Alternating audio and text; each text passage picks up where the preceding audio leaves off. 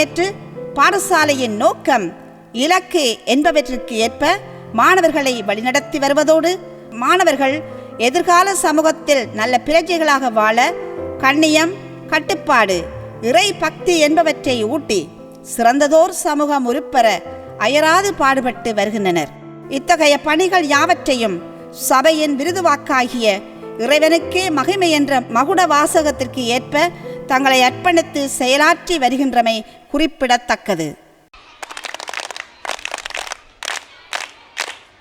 With joyful emotion and loyal devotion, united in chorus we honor our school.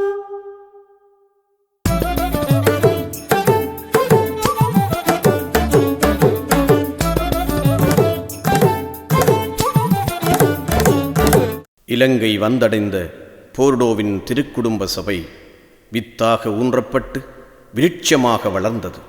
ஆம், இலங்கையின் பல பகுதிகளுக்கும் இச்சபையின் சேவை பரந்து சென்றது.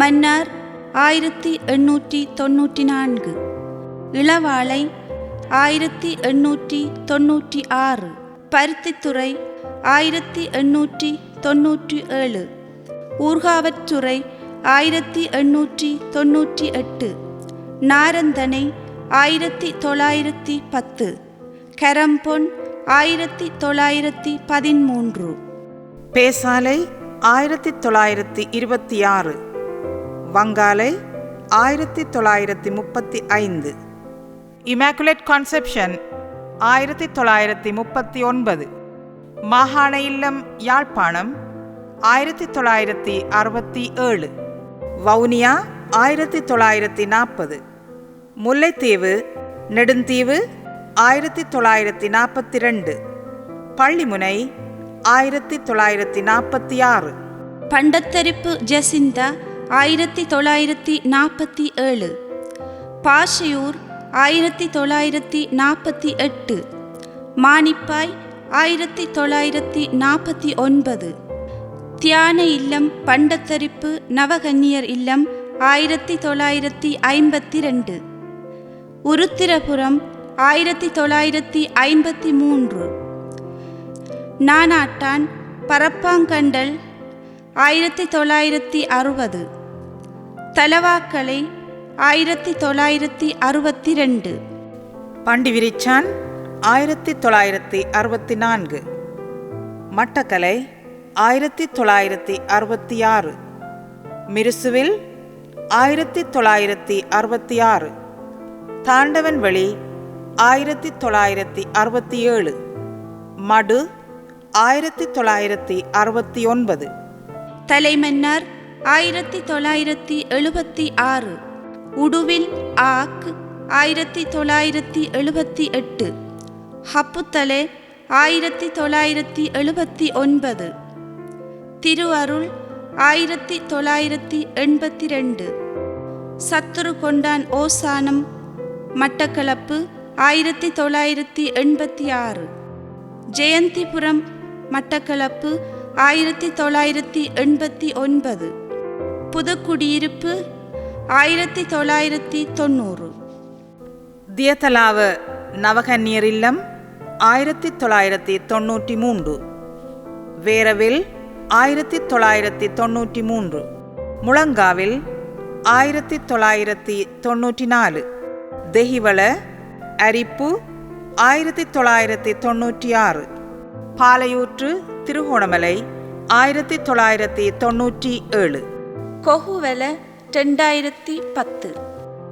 கடந்த 150 வருடங்களில் யாழ் திருக்குடும்ப கன்னியர் இல்லத்திலிருந்து தேவைகளுக்கேற்ப தற்காலிகமாக ஆரம்பிக்கப்பட்டு இயங்கிய திருக்குடும்ப இல்லங்கள்: திரிகோணமலை 1881, மாதுகள் 1894, சில்லாலை 1896, அனுராதபுரம் 1897, மயிலட்டி 1931, சென்ட் ஜோசப்ஸ் மயிலட்டி 1938, அச்சுவேலி 1943, செயின்ட் கிளியாஸ் பருத்தித்துறை 1954. நாசரேத் யாழ்ப்பாணம் 1959. ராகல 1964. கரடிப்போக்கு 1971. பியன்வெனு இரணதீவு 1974. நுகேகொட 1975. சொரை கல்முனை 1976. ஹலியேல பதுல்ல லோரிஸ் ரோட் பம்பலப்பிட்டிய 1977. விடத்தல் தீவு ஆரோக்கியபுரம் பசறை 1996. நல்லூர் 1997.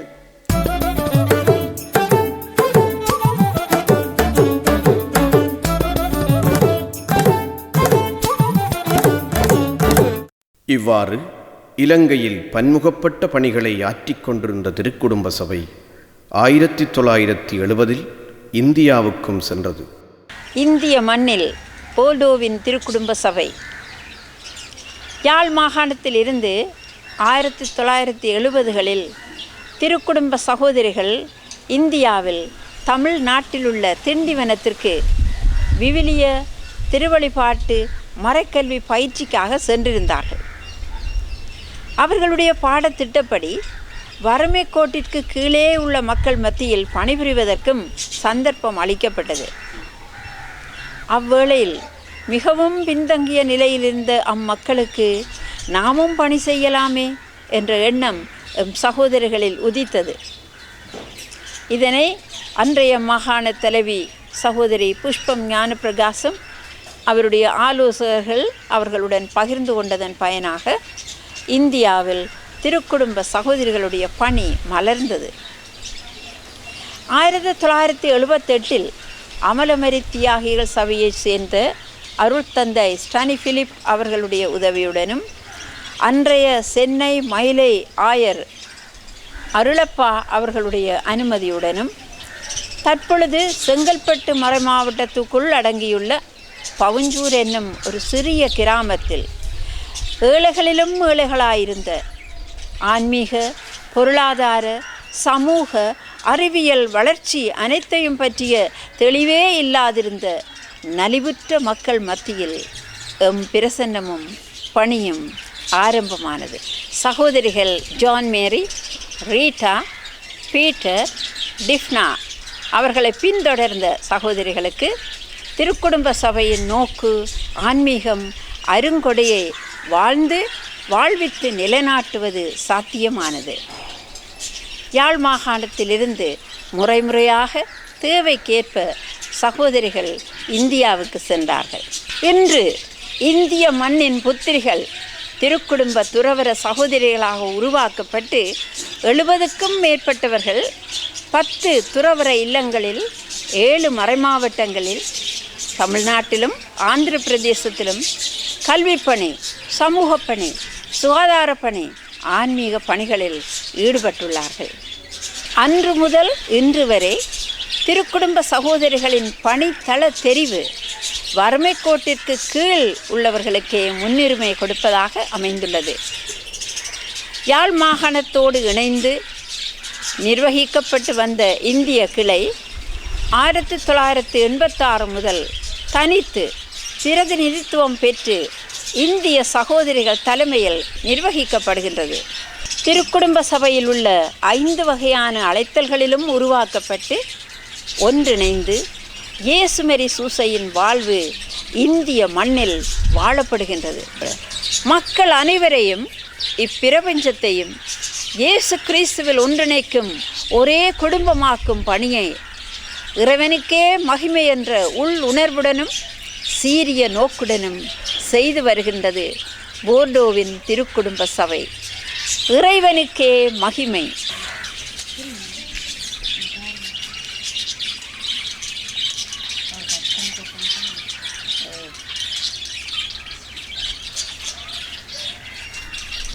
இன்றைய தினத்திலே குருத்துவ துணை அங்கத்தவர்கள் என்ற வகையிலே இந்தியாவின் கோட்டாறு மறை மாவட்டத்தைச் சேர்ந்த அருட்பணி செர்வாசியூஸ் அவர்களை உங்களுக்காக நேர்காணுகின்றோம். அருட்பணி செர்வாசியூஸ் அவர்கள் இந்தியாவினுடைய முதல் குருத்துவ துணை அங்கத்தவர் என்ற பெருமையை பெற்றவர். எனவே இந்த வேளையில் அவரை நாங்கள் அன்போடு வரவேற்கின்றோம். வணக்கம். வணக்கம். திருக்குடும்ப சபையினுடைய வாழ்வும் வளர்ச்சியும் இந்தியாவிலே எவ்விதமாக இருக்கின்றது என்பதை பற்றி எங்களுக்கு கூற முடியுமா? இந்த திருக்குடும்ப சபை செயல்பாடுகளை பற்றியும் இந்த யாழ்ப்பாணத்திலே இந்த சபையினுடைய பல்வேறு சிறப்பு முயற்சிகள் பற்றியும் என்னுடைய கல்லூரி தோழர் அருட்பணி ராயப்பு ஜோசப் அவர்களோடு நான் பழகிய வேளையிலே அவர் என்னோடு அதை பற்றியெல்லாம் பேசியிருக்கிறார். அவர் குருவாக இந்த யாழ்ப்பாண மண்ணிலே பணியாற்றிய நாட்களில் நான் அவருடைய பங்குக்கு வந்து மறையுரையாற்றுவதற்காக திருவிழா கொண்டாட்டத்திற்காக பல நிகழ்ச்சிகளில் பங்கெடுத்திருக்கின்றேன். அந்த வகையிலே அவரோடு தொடர்புடைய திருக்குடும்ப சபையினுடைய சகோதரிகளை நான் சந்தித்திருக்கிறேன். இவர்களுடைய சபையினுடைய செயல்பாடுகள் பற்றியும் இந்த சபையினுடைய ஒழுங்குகள் புதிதாக தயாரிக்கப்பட்ட வேளையிலே அந்த ஒழுங்கு புத்தகங்களை தமிழில் மொழிபெயர்த்து கொடுப்பதற்கான பொறுப்பையும் நான் ஏற்றிருக்கிறேன். அதனுடைய தொடர்ச்சியாக இந்த திருக்குடும்ப சபை சகோதரிகளுக்கு தியான உரையாற்றுவதற்காகவும் நான் பலமுறை இந்த யாழ்ப்பாண பகுதிகளுக்கு வந்திருக்கிறேன். ஆகவே இந்த சபையில் ஒரு குருத்துவ துணை உறுப்பினராக சேர்வதற்கு எனக்கு உந்துதல் தந்தது நான் சந்தித்த சகோதரிகள், நான் வாசித்த அவர்களுடைய சபையினுடைய சட்ட நூல், இன்னும் நான் தியான உரை ஆற்றுகின்ற பொழுது இந்த சகோதரிகள் பெற்றிருந்த ஒரு ஆன்மீக முதிர்ச்சி. இதை பார்த்த வேளையிலே குருக்களுக்கும் இதிலே இடம் உண்டு. குறிப்பாக மறைமாவட்ட தளங்களிலே பணியாற்றக்கூடிய குருக்களுக்கு, துறவரை சபையை சாராத குருக்களுக்கு இந்த சபையிலே வாய்ப்பு உண்டு என்று கேள்விப்பட்டு நான் அதற்காக தயாரிக்கப்பட்டு 1985 ஆண்டில் கொழும்பில் உள்ள பம்பலப்பிட்டியா கான்வென்ட்டில் நான் இந்த சபையில் ஒரு உறுப்பினராக குருக்களுடைய அந்த துணை அங்கத்தவராக நான் என்னையே அர்ப்பணித்திருக்கிறேன். அதை தொடர்ந்து சகோதரிகள் இந்திய மண்ணுக்கு, குறிப்பாக பவுஞ்சூர், சென்னை, மதுரை, களியக்காவிளை என்று தமிழகத்தினுடைய பல பகுதிகளிலே தங்களுடைய இல்லங்களை நிறுவி மக்கள் மத்தியிலே தொண்டாற்றியதை கண்டு நான் பெருமைப்பட்டிருக்கின்றேன், வியந்திருக்கின்றேன், மகிழ்ந்திருக்கின்றேன். எங்களுடைய நாட்டில் சாதாரணமாக துறவற இல்லங்கள் தங்களுக்கென்றே சில நிறுவனங்களை வைத்திருப்பார்கள். பள்ளிக்கூடமாக இருக்கலாம், மருத்துவமனையாக இருக்கலாம். ஆனால் அங்கே பணியாற்ற வந்த இந்த சகோதரிகள் இப்படிப்பட்ட நிறுவனங்களை ஏற்படுத்தி கொள்ள வேண்டும், அதற்கு அதிகாரிகளாக இருந்து பணியாற்ற வேண்டும் என்ற எண்ணமே இவர்களுக்கு இருந்ததில்லை. இங்கே இவர் கைவசம் இருந்த நிறுவனங்கள் கூட அரசனுடைய கைவசம் அந்த காலகட்டத்திலே போய்விட்டது. அரசு அந்த நிறுவனங்களை ஏற்றெடுத்த காரணத்தினால் பொது நிறுவனங்களிலே பணியாற்றக்கூடிய அளவுக்கான ஒரு பக்குவத்தை அவர்கள் பெற்றிருந்தார்கள். இங்கே அரசு நிறுவனங்களிலே பணியாளர்களாக சேர்ந்து, ஆசிரியர்களாக சேர்ந்து, அலுவலக பணியாளர்களாக சேர்ந்து இவர்கள் பணியாற்றிய அந்த அனுபவம் இந்திய நாட்டில் அவர்கள் வந்த வேளையிலே நமக்கென்று சொந்த நிறுவனங்கள் வேண்டும், அப்போதுதான் நம்முடைய பணி ஒரு வடிவம் பெற முடியும் என்று இருக்க வேண்டியது இல்லை. மற்றவர்கள் நடத்தக்கூடிய நிறுவனங்களே ஒரு பணியாளராக சேர்ந்து கிறிஸ்தவ ஒரு சான்று பகரக்கூடிய அளவுக்கு நம்முடைய பணிகளை அமைத்துக் கொள்வது சிறப்பு என்ற ஒரு சிந்தனை அவர்கள் மத்தியில் ஓங்கி இருந்தது என்பது ஒரு பாராட்டுதற்குரிய ஒரு விஷயம். ஆகவே பல மடங்கள் தமிழகத்தில் மட்டுமல்ல, தமிழகத்தை ஒட்டி தொட்டு இருக்கக்கூடிய இன்னொரு மாநிலம் ஆந்திராவிலும் 3-4 துறவற இல்லங்கள் துவங்கி தெலுங்கு மொழியை கற்றும் சிறப்பாக அவர்கள் செயல்பட்டு கொண்டிருக்கின்றார்கள். 5 கிளைகளை கொண்ட இந்த துறவற சபையில் எங்களுடைய இந்தியாவில் இப்போது இருக்கக்கூடிய அமைப்பு அப்போஸ்தலிக்க சகோதரிகள், 2வது பொதுநிலை அங்கத்தவர்கள், 3வது அருட்பணியாளர் குருக்களுடைய துணை அங்கத்தவர்கள், ஒரு கான்சக்ரேட்டட் செக்குலர், அதாவது அர்ப்பணிக்கப்பட்ட ஒரு துறவி, மடத்தில் இல்லாமல் மடத்துக்கு வெளியே வாழக்கூடிய ஒரு சகோதரி என்ற வகையிலே அங்கே அமைப்பு இருந்து கொண்டிருக்கிறது. இன்னும் இந்த ஆழ்நிலை தியான இல்லம் அங்கே இல்லை. அங்கிருந்து ஒரு சகோதரி நாககோடாவிலே அதற்கான பயிற்சியில் அவர் ஈடுபட்டு கொண்டிருக்கிறார். காலப்போக்கில் அதற்கு ஒரு வடிவம் கிடைக்கும் என்று நாங்கள் நம்புகிறோம். ஆகவே ஆண்டுகள் பல ஆனாலும் கூட சீரான வளர்ச்சியை இந்த திருக்குடும்ப சபை இந்தியாவிலே பெற்றிருக்கிறது. மிக வலுவாக கால் ஊன்றி இருக்கிறது. அதனுடைய எதிர்காலம் ஒளிமயமாக இருக்கும் என்று நான் திண்ணமாக நம்புகிறேன். புதிய யுகம் நோக்கிய இந்த திருக்குடும்ப சபையினுடைய எதிர்காலம் சிறப்பாக அமைய நீங்கள் முன்வைக்கக்கூடிய ஆலோசனைகள் என்ன என்பதை எங்களுக்கு கூறுவீர்களா? என்னுடைய இளமை பருவத்திலே ஒரு பாட்டு கேட்டிருக்கிறேன். ஒளிமயமான எதிர்காலம் என் உள்ளத்தில் தெரிகிறது என்று சொல்லக்கூடிய அளவுக்கு இன்றைக்கு நிலைமை இல்லை. இன்றைக்கு சுயநலம் தாண்டவம் ஆடிக்கொண்டிருக்கிறது. தன்னலத்தை பேணக்கூடிய சுயநலவாதிகளுடைய எண்ணிக்கை பெருகி கொண்டிருக்கக்கூடிய ஒரு சூழலில் திருக்குடும்ப ஆன்மீகத்தை அழுத்துகின்ற பொழுதுதான் இதற்கு ஒரு சமுதாயத்திற்கு ஒரு விடிவு காலம் பிறக்க முடியும். அந்த ஆன்மீகம் என்ன சொல்லுகிறது? எல்லோரும் ஒன்றுபட்டு வாழுங்கள், எல்லோரும் குடும்ப உறவோடு நீங்கள் பழகி கொள்ளுங்கள், ஒருவருக்கு பக்கபலமாக ஒரு உறுதுணையாக இருந்து கொண்டு வாழுங்கள். ஆகவே உங்களுடைய இயலாமையை மற்றவர்கள் பலப்படுத்துவார்கள், உங்களுடைய வாழ்க்கையில் சிறப்புகளை நிறைவேற்றுவார்கள் என்று சொல்லக்கூடிய அந்த ஒரு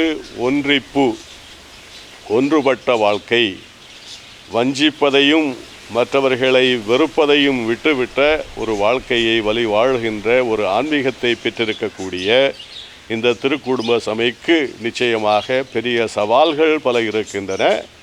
இந்த சவால்களை சந்திக்கக்கூடிய ஒரு உந்துதலை கொடுக்கக்கூடிய புனிதர்கள் இருக்கிறார்கள், இயேசு, மரி, சூசை. ஆகவே அவர்களுடைய வல்லமையாலும் வழிகாட்டலாலும் நிச்சயமாக நம்முடைய திருக்குடும்ப சபையினுடைய பல்வேறு அமைப்புகள் சமுதாயத்திற்கு ஏற்ற பணியை ஆக்கப்பூர்வமான முறையிலே நிறைவேற்ற முடியும் என்பது என்னுடைய அசைக்க முடியாத நம்பிக்கை.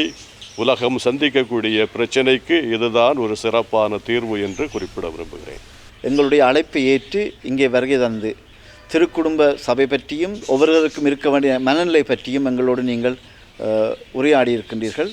எனவே இந்த வேளையில் நாங்கள் திருக்குடும்ப சபை சார்பிலே உங்களுக்கு எங்களுடைய நன்றிகளை தெரிவித்துக் கொள்கின்றோம். என்னுடைய இதயபூர்வமான நன்றிகளை தெரிவித்துக் கொள்கிறேன்.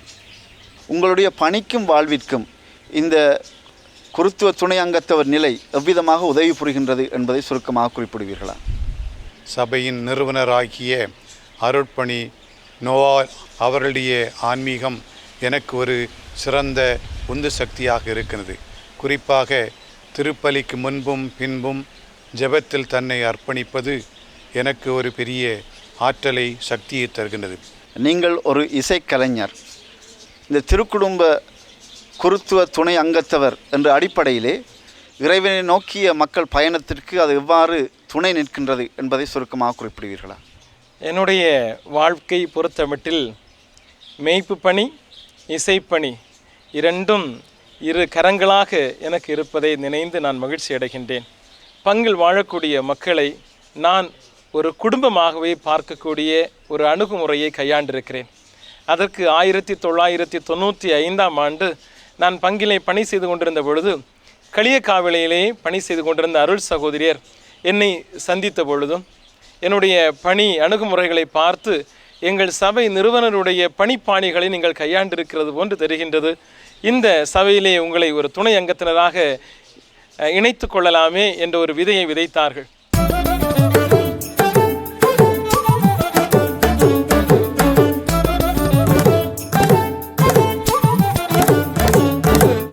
இலங்கையில் வேரூன்றிய போர்டோவின் திருக்குடும்ப சபையின் பணிகள் இலங்கையில் மட்டுமன்றி, ஆம், திருக்குடும்ப சபை உலகம் முழுவதும் தன்னுடைய பணித்தளத்தை விரித்துக்கொண்டு இலங்கையிலிருந்து பணியாளர்களை கொண்டு செல்லும் உன்னதமான பணியை ஆக்கிக் கொண்டது.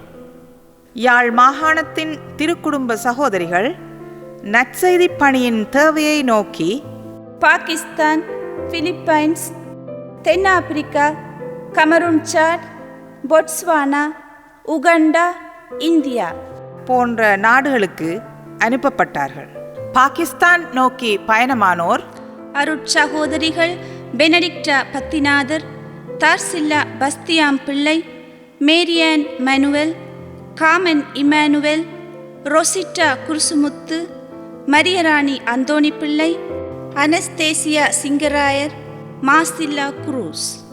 பிலிப்பைன்ஸ் நோக்கி அனுப்பப்பட்டோர் அருட்சகோதரிகள் Olivia Joseph, Ida Joseph, Catherine Koonju, Aquinas Cyril, Vijaya Jacqueline Joseph, Maria Goretti Peiris, Josephine Maria Goretti Koonju, Suhirtha Selvi Boniface, Gracia Susaidasan, Shobha Vincent. தென்னாப்பிரிக்கா நோக்கி பயணமானோர் அருட்சகோதரிகள் Juliana Kulas, Lilly Rita Raphael, Violet Stanislaus. Cameroon, Chad நோக்கி அனுப்பப்பட்டோர் அருட்சகோதரிகள் Kathleen Gnanaprakasam, Rita Kashmir, Daphne மியேஸ், பிரிஜித்தம்மா சவரிமுத்து, மேரி ராணி சந்தியா பிள்ளை. பொஸ்வானா நோக்கி பயணமானோர் அருட்சகோதரிகள் ரதனி கீத பொன்கலன், ராஜேஸ்வரி வேலாயுதம். உகண்டா நோக்கி அனுப்பப்பட்டோர் அருட்சகோதரிகள் மொரின் Collins, Regin Joseph, Jonsy Morais. India நோக்கி பயணமானோர் அருட்சகோதரி எமரன்சியானா ஏ கட்டார் இந்தியாவின் முதல் பிரதிநிதித்துவ தலைவியாக பணியாற்றினார். அருட்சகோதரிகள் Rita Kashmir, Angelina, Dominic, Daphne. அருட்சகோதரிகள் Mercy, Peter Damien, Maureen, Elsie. அருட்சகோதரிகள் Evarista, Mary Cyril, Daniela, Helen Mary. அருட்சகோதரிகள் பெர்க்மன்ஸ், விக்டரின், லொரன்டீனா, ஜெனவி. அருட்சகோதரிகள் பிரான்சிஸ்கா, கனீஸ், ரொமியூல்ட், பிரான்சிஸ். அருட்சகோதரிகள் மெரியன், பீட்டர், பெர்னடின், ஜோசெஃபா. அருட்சகோதரி புஷ்பம் ஞானப்பிரகாசம். ரோமாபுரியில் உள்ள திருக்குடும்ப தலைமையகத்தில் பணிபுரிய அழைக்கப்பட்டோர் அருட்சகோதரிகள் அனக்லீட் ஏ காட்டார், ரொமியூல்ட் மனுவல் பிள்ளை, பொனவென்டைன் பாஸ்டியன், புவனா துரைசாமி செயலாளர்களாக பணி செய்தனர். மரிஸ்டலா சூசப்பிள்ளை தகவச்சேவை பணிக்காக அனுப்பப்பட்டுள்ளார். அருட்சகோதரி புஷ்பம் ஞானப்பிரகாசம் சபையின் பொது ஆலோசகர்களுள் ஒருவராக 1981 ஆண்டு தொடக்கம் 1987 ஆண்டு வரை பணியாற்றியது குறிப்பிடத்தக்கது. போர்டோவின் மாட்டியாக் ஆன்மீக பணியகத்தில் பணி செய்ய அழைக்கப்பட்டவர் அருட்சகோதரிகள் கிறிஸ்டலின் ஒக்கர்ஸ். பிரான்ஸ் தேசத்தில் பணியாற்ற மரிஸ்டலா ஆரோக்கியம் அவர்களும், கனடாவில் பணி செய்ய அருட்சகோதரி காமல் மேரி ஜான் பிள்ளை அவர்களும் அழைக்கப்பட்டுள்ளனர். பிரிட்டன் அண்ட் அயர்லாந்து மாகாணத்தில் பணி செய்ய அருட்சகோதரிகள் சோஃபியா பாஸ்டியாம் பிள்ளை, லுசிலா பொனவெந்தூர் ஆகியோர் அழைக்கப்பட்டுள்ளனர். திருக்குடும்ப சபை உலகின் 24 நாடுகளில் பல்வேறுபட்ட பணிகளை பல்வேறு வகுப்பினர் மத்தியிலே மேற்கொண்டு வருகிறது. அந்த வகையிலே வேதபோத பணிகளை மேற்கொள்வதும் திருக்குடும்ப சபையின் ஒரு முக்கியமான பணியாக இருக்கிறது. அந்த வகையில் பிலிப்பைன்ஸ் நாட்டினுடைய திருக்குடும்ப சபையின் பிரதிநிதித்துவ தலைவியாக இருப்பவர் அருட்சகோதரி அக்வனஸ் அவர்கள். இவர்கள் யாழ்ப்பாணத்தைச் சேர்ந்தவர்கள். யாழ் திருக்குடும்ப கன்னியர் மடம், இளவாலை திருக்குடும்ப கன்னியர் மடம் போன்றவற்றில் ஆசிரியையாக கடமையாற்றியவர். ரம்பகுளம் மகளிர் வித்தியாலய அதிபராக பணியாற்றியவர். மன்னார் வவுனியா ஆலோசகராக பல்வேறு தளங்களிலே பணியாற்றி தற்போது பிலிப்பைன்ஸ் நாட்டிலே பணியாற்றி கொண்டிருப்பவர். எனவே இந்த நேரத்திலே அவருடைய அனுபவங்களை இங்கு நாங்கள் பகிர்ந்து கொள்ள விரும்புகின்றோம். அருட்சகோதரி அவர்களே, திருக்குடும்ப சபையினுடைய வேதபோதக பணிகளை பற்றி பகிர்ந்து கொள்ள முடியுமா? மறை தூதுரை பணி என்பது துறவிகளுக்கு அல்லது குருக்களுக்குரியது மாத்திரமல்ல, திருமுழுக்கு பெற்ற ஒவ்வொரு கிறிஸ்தவனும்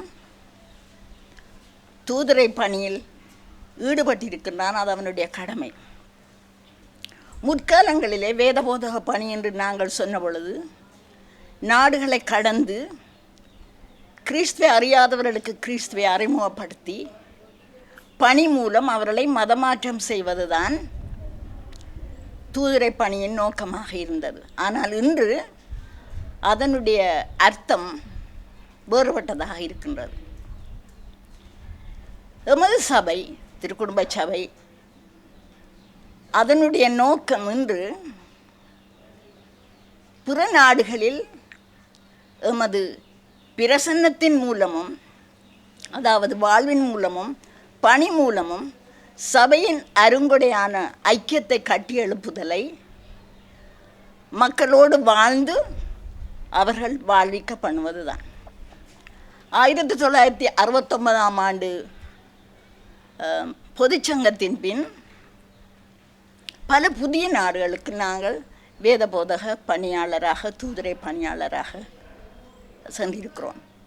ஸ்தாபகருடைய காலத்திலேயே அவருடைய மனதில் இந்த கருத்து இருந்திருக்க வேண்டும். இலங்கைக்கு முதல் வந்த சகோதரி மாத பிரான்சிஸ் சேவியர் மார்ச்சான், அவர் நவசந்நியாச துறவு உடுப்பை பெற்றுக்கொண்டு தனது பெயரை எடுத்த நேரம் அவர் தேவதாயாரின் பெயரை தெரிந்து கொண்டார். ஆனால் நிறுவனர் சொன்னார், ஒரு காலத்தில் நீர் கடல் கடந்து ஒரு வேதபோதக நாட்டு தூதுவராக நீர் வருவீராகவே பிரான்சிஸ் சேவியர் என்ற பெயரை எடுத்துக்கொள்ளும் என்று. ஆகவே இந்த எண்ணம் ஸ்தாபகரின் மனதிலே இருந்திருக்க வேண்டும். ஸ்தாபகருடைய மரணத்துக்கு பிறகு பல இடங்களிலும் பரவி இன்று பல வேதபோத நாடுகளை கொண்டதாக, மிஷனரிகளை கொண்டதாக நமது சபை விளங்குகின்றது. பிலிப்பைன்ஸ் நாட்டிலே உங்களுடைய பணிகளை பற்றி கூற முடியுமா? 1984ஆம் ஆண்டு ஐப்பசி மாதம் 24ஆம் தேதி முதன்முறையாக பிலிப்பைன்ஸில் உள்ள சோசகோன் என்ற மாகாணத்திலே எங்களுடைய சபை தனது முதலாவது கம்யூனிட்டியை ஆரம்பித்தது. எங்களுடைய சபை தலைவராக இருந்த மேரி ஸ்லேவன், அதே நேரம் ஆலோசகராக இருந்த புஷ்பஞான பிராசன், இவர்களுடைய முயற்சியாலே தான் அங்கே மேற்றுராணியாராக இருந்த பிஷப் வரேலா அவருடைய அழைப்பின் பேரிலும் எங்களுடைய சகோதரிகள் அங்கே சென்றார்கள். இன்று பிலிப்பைன்ஸ் நாட்டிலே 4 குழுக்கள், 4 கம்யூனிட்டிஸ் அங்கே இருக்கின்றன. எங்களுடைய வளர்ச்சி மிகவும் துரிதமானது என்று நான் சொல்வதற்கில்லை. மற்றவர்கள் கேட்கலாம் சில நேரம், ஒரு கத்தோலிக்க நாடு அங்கே என்ன செய்வதற்கு இருக்கிறது என்று சொல்லி.